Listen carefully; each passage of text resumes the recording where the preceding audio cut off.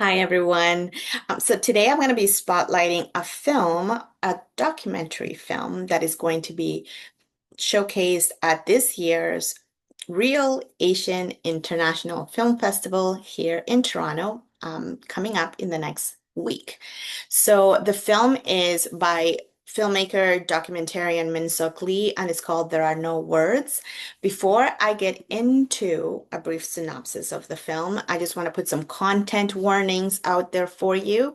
The film discusses the topics of partner violence or domestic violence, parental violence, as well as mental health and suicide. So I just want to make sure that you know that off the bat, so to speak. But it's a really powerful film, and it's a film where Min-Sook Lee actually takes the camera and turns it on herself and her family. And in this film, she's searching for memories of her mother, Song Yi Lee, who died by suicide when Min-Sook was 12 years old. So in Min-Sook Lee's point of view, she kind of wants to tell her mom's story. She does not want to forget who she was as a person, but she also has to negotiate a conversation with her 90-year-old father, who also has a history in terms of his life that he served in a national intelligence agency in South Korea in the 1960s. So there are a lot of layers that need to be uncovered in order to understand her parents' relationship and try to also make sense of her mother, who encouraged the father to move to Canada when the kids were very small. So in this film, there's a combination of the personal, but also the historical and the political. Min-Sook Lee is a great documentarian. She uses archival footage and a lot of other references to sort of situate us in the times that we're talking about and learning about. And while at the same time, she's trying to deal with real and imagined histories that she's grown up with, and also trying to navigate this way of exploring grief and processing grief, that is not just for her as a person, as a daughter who lost her mother, but also as a collective. I really recommend this film.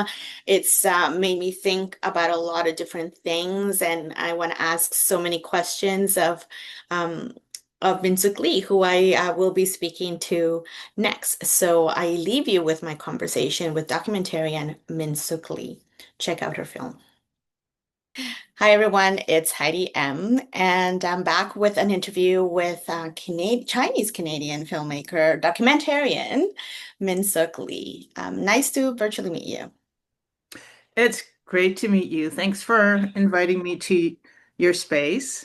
Yeah, and I'm Korean Canadian. Oh, I'm so sorry. No worries. I feel like I have notes in front of me about different folks these days, but thank you for also kind of giving us your time. We're going to talk about a documentary that's coming to the Toronto Real Asian International Film Festival. But before we get into that film, I kind of want to give you some time to sort of tell folks a little bit about your background. You've been making documentaries for some time, but you also have taught at OCAD and wear other hats. So how do you describe your sort of your career path in filmmaking? Unplanned, Hmm. responsive to the political moment of the times, and feeding my own creative political soul. So my early sort of active years as a teenager and in my 20s was a political time. And I Hmm. was very involved in political organizing in Toronto with Hmm. many different communities of the global South who were formerly colonized, impacted by Western military imperialism. Hmm. Oftentimes, communities in Toronto found themselves here as refugees, those in exile, Yeah. or those who had arrived the generation that I'm part of, those who had arrived and had no knowledge of their own countries of origins, histories, or political backgrounds because our parents never spoke about it.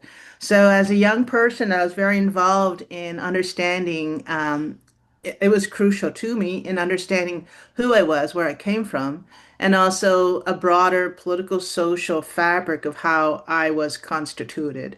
And Mhm. I got involved in the anti-apartheid movement as a young activist, was part of forming Youth Against Apartheid in Toronto. And that really connected me to a vibrant network of some amazing activists and artists.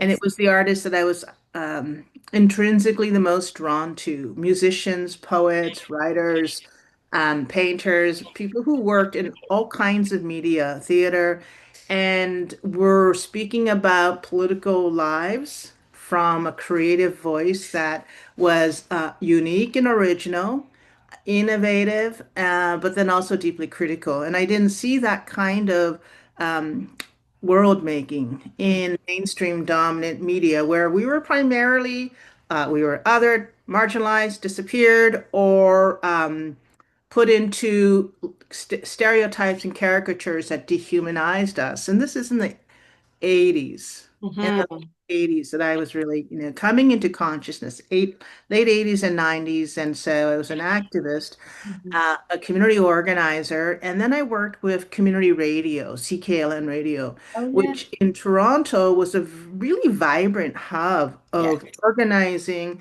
of bringing in music, and then community activists together. And that was a real introduction to me as well of Mhm. how music and global struggles could intersect and how Yes. we could speak in languages beyond just like the verbal language, to speak Mhm. through the language of music.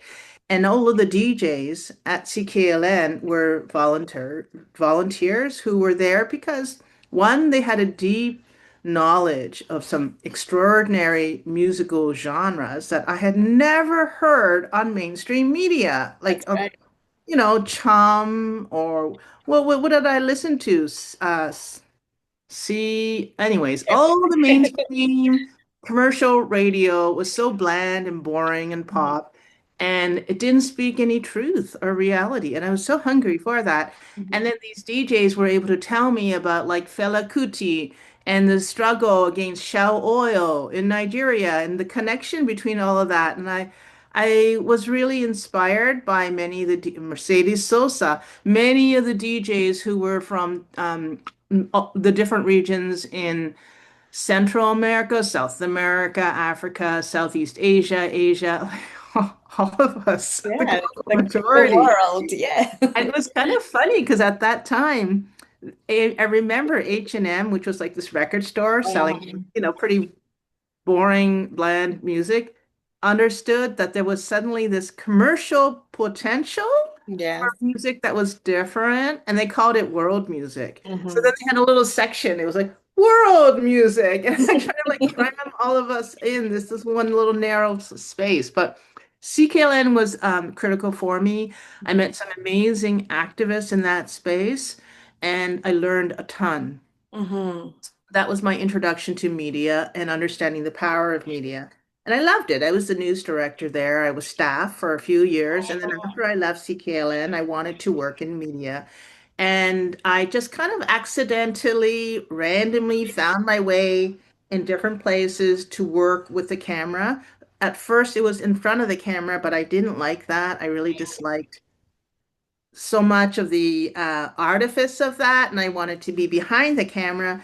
And I managed to work my way into the industry, first with a small production company in doing documentary series, and then made my first feature documentary with the National Film Board called Mm. El Contrato. And Yeah. I released that in 2003, and I started shooting that in 2000. So that was my first feature film, but Mhm. it took a bit of time to like find my space in documentary filmmaking. I didn't go to school to study it. I Yeah. didn't know that that was even an option for me.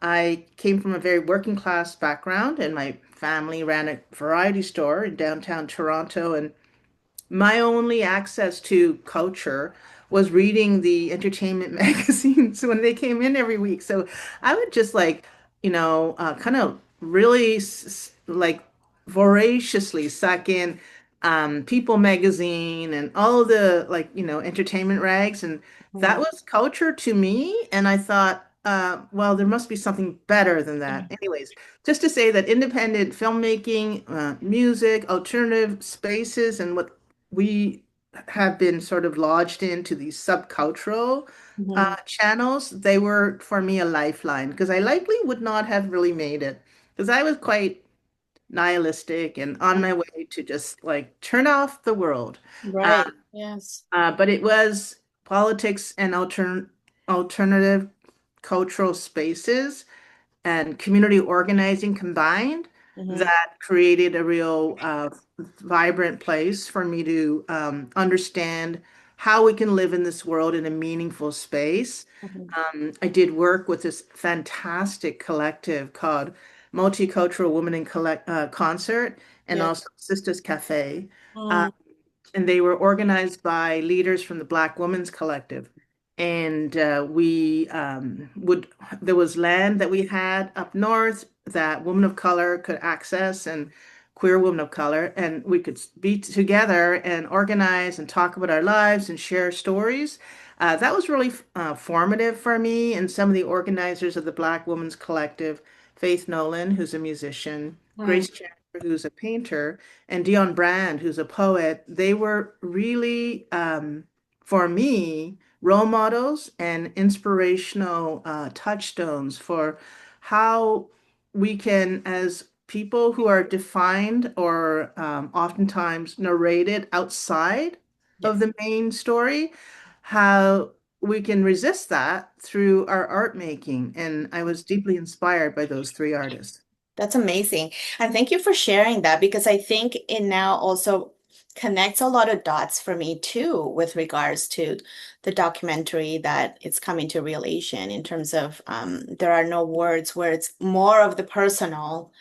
But in hearing your story, it kind of resonates with also me connecting to community radio and through my ears here in Toronto as well. But so it's nice to be able to sort of connect the dots, not just on the personal for me, but also tying it back to your life's work as a documentary and storyteller.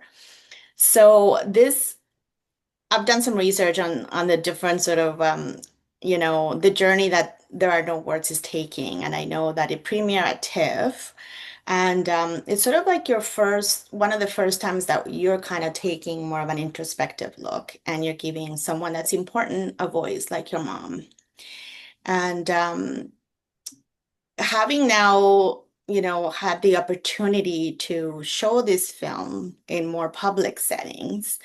How do you feel about where you were at the start of this film, making this film, and where it's at now? Um, I have to say that for me, telling a personal story felt uh, like antithetical to how I often situated myself with my documentary filmmaking. Hmm. And your first question was you were asking me about how I am like involved in community outside of my filmmaking. Hmm. So, you know, I've always been engaged in collective community and communal organizing, communal spaces, because I think that we're social beings and we're never going to make social change or, uh, be able to create political reckonings alone. We do that together. And like currently, I'm the chair of the Documentary Organization of Canada, of the Yeah. National Board. Hmm. I'm also the president of our faculty association at OCAD University. So those are two current, roles I hold that are very important to me because I think through these organizing spaces, we can make change in our lived and, work experiences. Um, so that sense of being part of a broader continuity of people and intersecting ideas and lives. I really wanted to bring that into this film. There Are No Words. Yeah. There Are No Words is about my own personal story, which has been a difficult one for me to come forward with in a really public way. It's taken me a long time. I'm 56 now, and my mom died by suicide when I was 12. Mm-hmm. After she died, our family didn't talk about it. We were Right. just we were just quiet, and everyone kind of went their own ways and figured out how to deal with that through their own individual journeys. Mm-hmm. It never seemed weird to me because that's what it was. Right.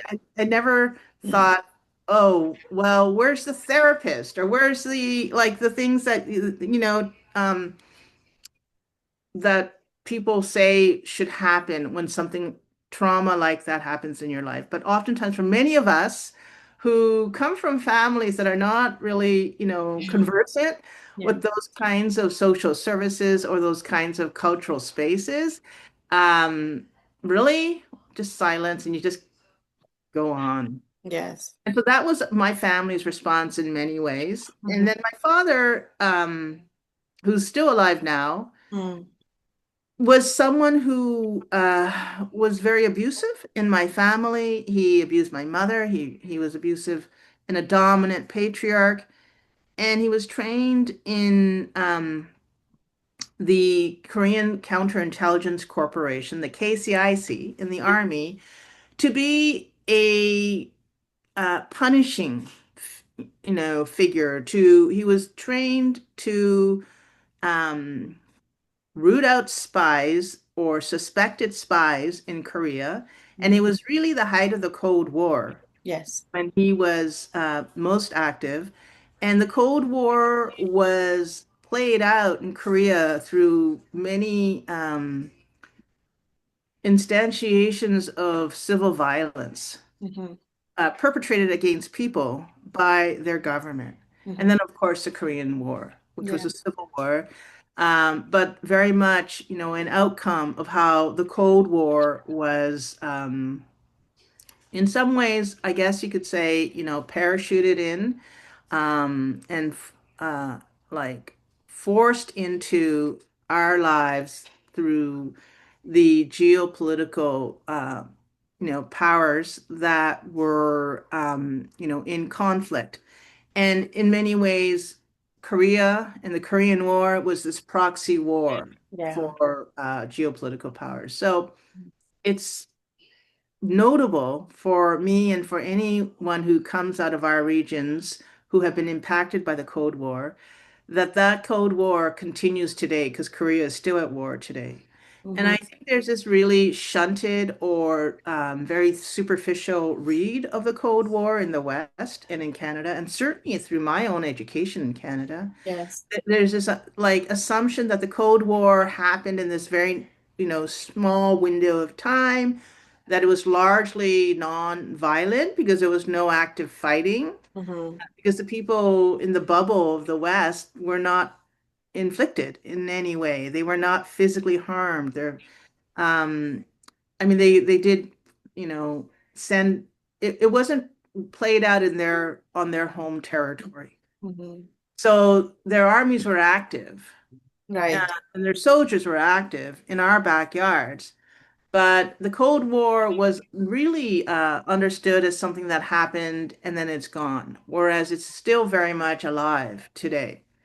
So my Absolutely. father was a product of that, and I'm aware that the kind of violence that he was trained to perpetrate was something that didn't stop, in the Mm-hmm. places of work that Yes. he was operating. Mm-hmm. Came home, there was another form of that violence enacted in Right. our family.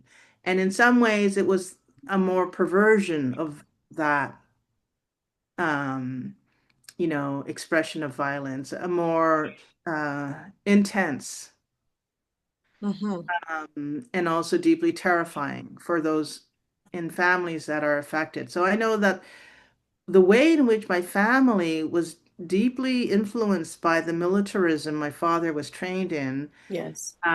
defined my childhood. Mm-hmm. And also really was part of how my father treated my mother and also myself and my siblings, right?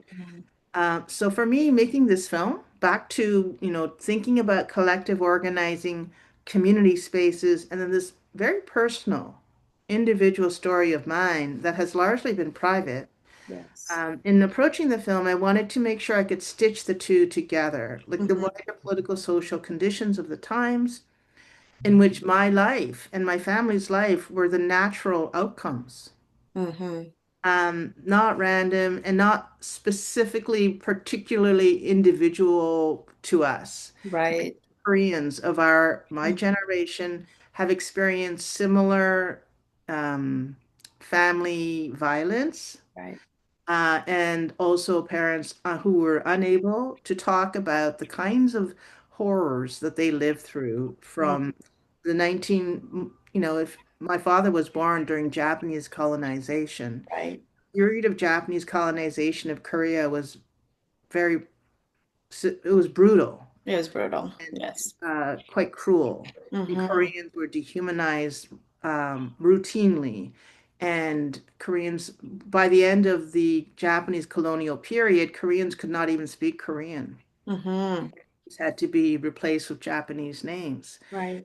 And so people could whisper Korean at home, but they were forcibly assimilated into Japanese society. Mm-hmm. It was interesting to me to delve into Korea's history to learn that there were many Korean freedom fighters who lived in exile and Mm-hmm. who operated in Shanghai, in Hawaii, and in Vladivostok in Russia. And Mm-hmm. they formed these provisional governments outside of Korea. Mm-hmm. Um, and they were focused on overthrowing the Japanese colonial powers. Right. Were freedom fighters who took on assignments like suicide bombs, Mm-hmm. and some of them succeeded, and some failed, but often they would write their commitment to a free Korea with blood from their hands, or and then take photos of themselves with the teguki.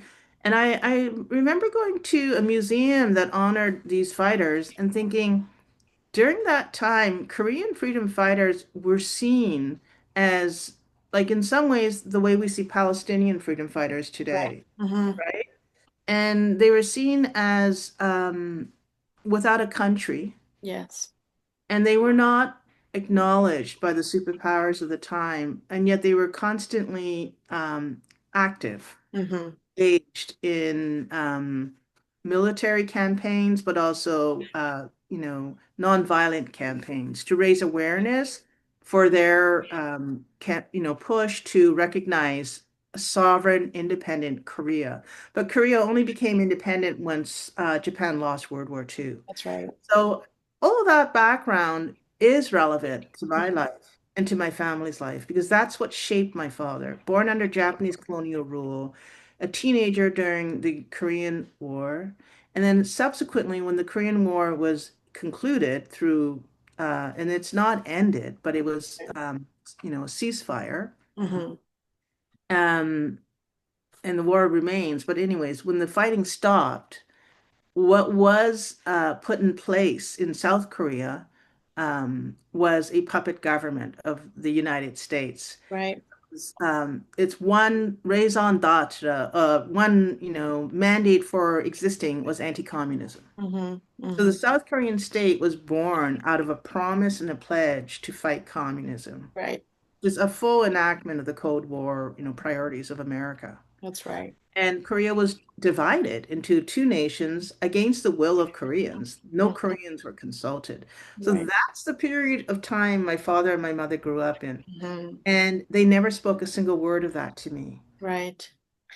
It's fascinating hearing you say that because it's also resonant. My family's from Latin America, so a lot of that resonates in terms of how all of that historical context will affect individuals as a person, but also within their smaller communities and even within the community. And especially in seeing this film, I had so many thoughts. I have so many feelings, but also I appreciate the space that you've allowed us to be part of because it's also so very personal.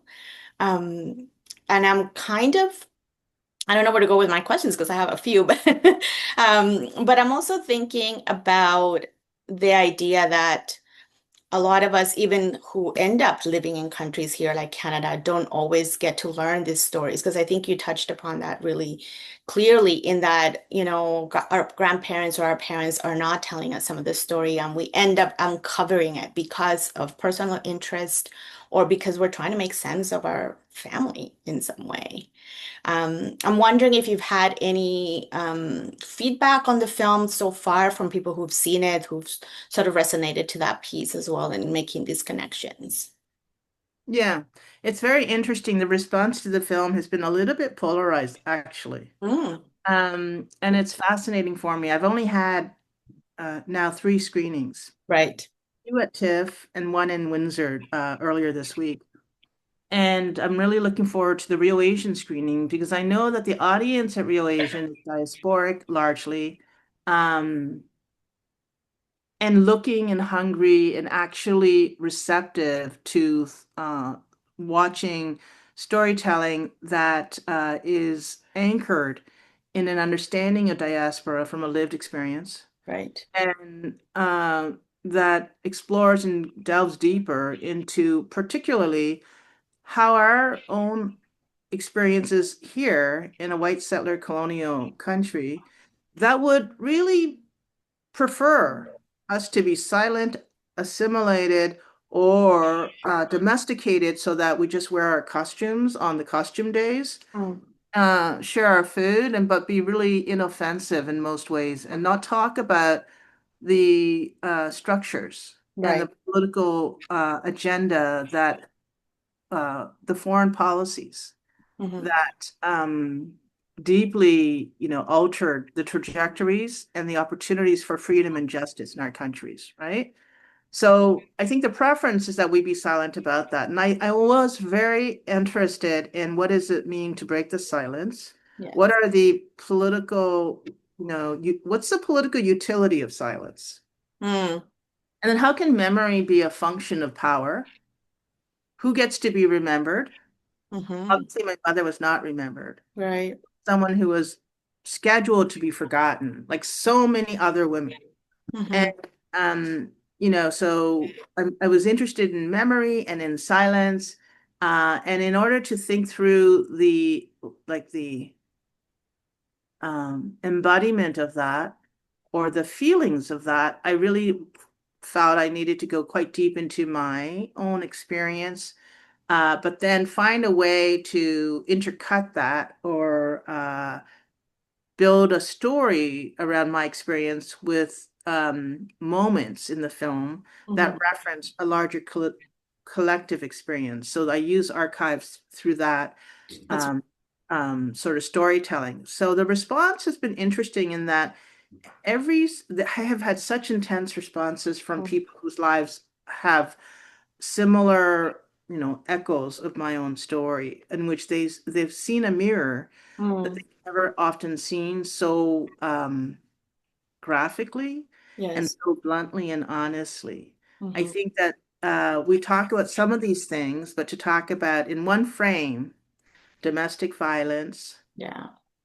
militarism at home, how it's played out through dominant patriarchs, to talk about mental health issues and Hmm. suicide, but also class assignments where Yes. we are occupying like a layer of, class status that oftentimes, positions us as invisible, or unimportant or, stupid or, ugly or whatever.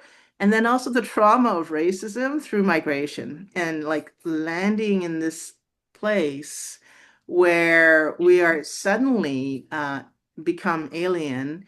And I think the strongest thing for me was thinking about language mocking. Oh, and yes. loss of Hmm. language. Because Hmm. when I grew up, there was a lot of racism for sure.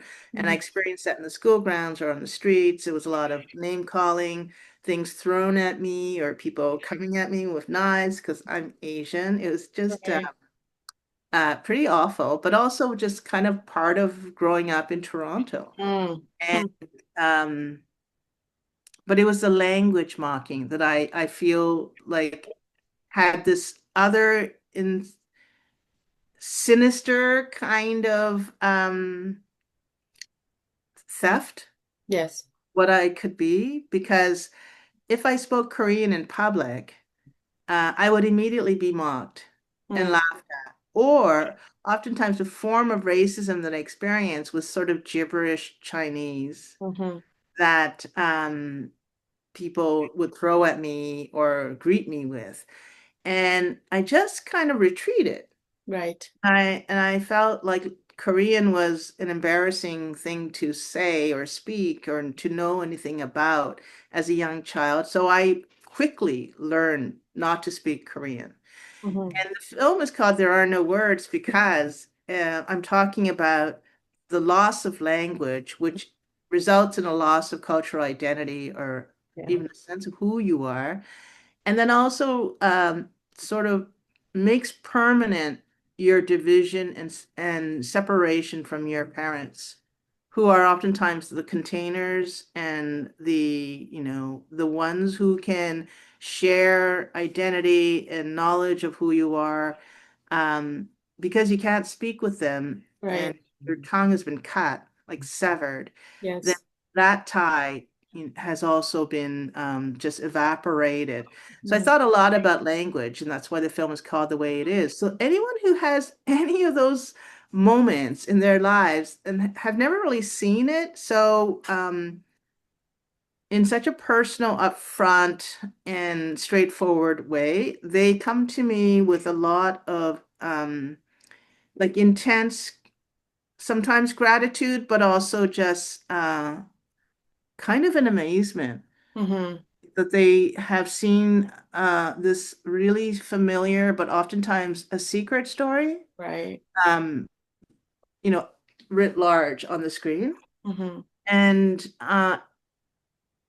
if people are unprepared, we had a therapist on board, present for the two TIFF screenings, and people Hmm. came to me and said they were grateful that that was Hmm. um, a consideration we made available. That's And right. just knowing that there was a therapist, it's like this acknowledgement, a Hmm. legitimization of that fear that you have or that, sudden kind of panic, Hmm. of not feeling safe. And what is this feeling? Right. A lot of people, and some who couldn't continue working, some who needed space, some who felt that they were in some ways healed by watching the film. Mm. But especially, of course, Koreans who are Yes. of my generation or even younger, they were stunned to see something that they knew all too well on screen. But it's not just Koreans, people from many different cultures for whom that social political spectrum that I've drawn out are have been puncturing their lives, That's right. repeatedly. Hmm. They were really shocked and moved. And then you have another group of people for whom this hasn't been a lived experience. Very true. So the reviews or the assessment of my film, it's fascinating. I just Mhm. read a review where just say You can. the person said my film was too insular. They couldn't Oh. access it. And they thought another film about suicide, made by Alan Zweig, who's, Mm. I don't know if you know him, but I he's, do. I know his work. Yes. Hmm. yeah, was more effective. Hmm. He had made a survey film that's important, and Yeah. it is important to talk to a lot of people about the pain of suicide. Of course. That's not what my film is. It's not Hmm. a singular siloed story about one theme. It's a multiple themes that are woven together. Hmm. But it was fascinating for me to read the review because I don't think my film's perfect. I'm not saying like, how dare you do a bad review, but I Of just course. thought, wow, for you, this film was too insular, too personal, Hmm. too much about me. how dare it be about me, but then also inaccessible. And I thought, well, Sarah Polley made a film all about her family. All And right. I never read a review that said, it's too personal, it's too insular, it's all about this one person. And, why don't we see like a group of people? Like it just, yeah, when we take the center unapologetically and we speak to each other, yeah, there will be channels that feel like they can't access the vibe. That's For all right. sure. For I sure. made this film for you. I really Exactly. did. I made it Right. for you. And I made it for the real Asian audience. I made it for my family. I made it for us. Hmm. We don't have films for us. That's right. I think it's important to say that out loud too and more often. Um, so thank you for saying that because I think it's important for our audiences to know that we all get to have space and we should all get the space to talk about these stories. You're given a mini masterclass here, Min-Sook Lee. I could talk to you for hours. I'm a big fan. I'm a little bit nervous. But I think I'm just gonna just let folks know that the film, There Are No Words, is coming to Toronto in Real Asian International Film Festival, and it's going to be November 13th. So I'll have the details ready for folks to click on. But thank you so much again. Such a pleasure to speak with you. Thank you. Great conversation. I enjoyed meeting you. Appreciate that. Thank you.